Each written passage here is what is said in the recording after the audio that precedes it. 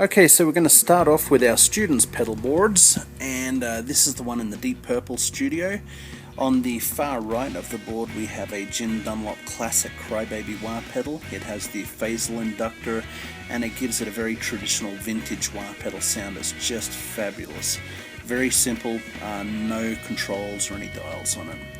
Then over here is the BB Pre by Exotic Effects, and we're going to zoom in on this because you can see that the LED is right above the stomp switch, and this is their very earliest version of this pedal. It's very organic.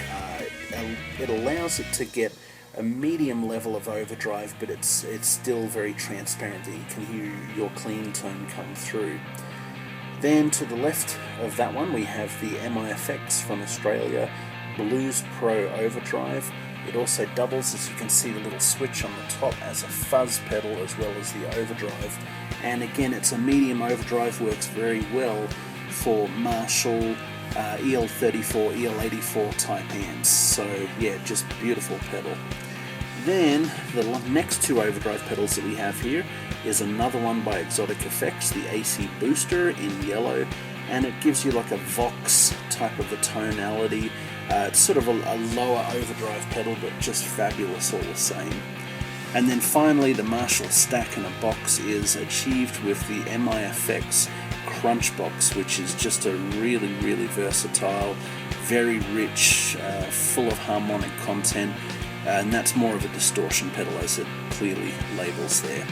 Then we have, similar on my board, the Ernie Ball volume pedal, which again, its main function isn't in the typical sense. It's more that just when the students are unplugging and plugging, I dial it back so you don't hear that annoying hiss and pop and everything that you normally get when leads come in and out. Then up on the top row here we have our Carl Martin Classic Chorus.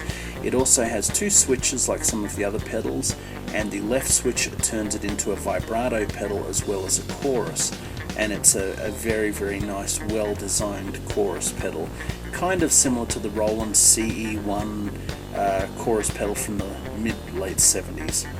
Then we have our Polytune by TC Electronics, and this is just a fabulous tuner. You can tune all 6 strings at once in the Polytune mode, or how we typically employ it, which is 1 string at a time. Then we go on to our phaser pedal, and this is the MXR 100, and you can see there's some variation in the type of phase, and it's a very thick, gooey, nice chewy phaser pedal. It's very enjoyable to use. Another offering by TC Electronics comes up in the Hall of Fame, which is a reverb pedal, and it has a ton of variable sounds, as you'll hear me go into greater detail on my board, and just a lovely reverb pedal. And then finally, rounding everything out, we have our classic opto compressor by Carl Martin. This is actually second in the signal chain, but it's just on the top right section of the board here, and this is a very nice transparent compressor. I probably, to be honest, even prefer it over my diamond compressor on my board, but it's just a really nice compressor, very well thought out, and it can pump and breathe if you want, or you can keep it where it's almost inaudible to your guitar tone. And being that, you know, when sometimes you're working with students and they're not going to have the finesse or pick rhythm control like, you know, a more experienced player, having a compressor can sort of even it out and not have those sort of chords and strums that snap your head off. So it's really nice to have the compressor pedal on the board there. And that is all housed in a 32-inch Pedal Train Pro board. All the wiring is kept underneath. You can see some of the yellow jackets, that's the George L cables, as well as just regular patch cables. And that is our student's pedal board.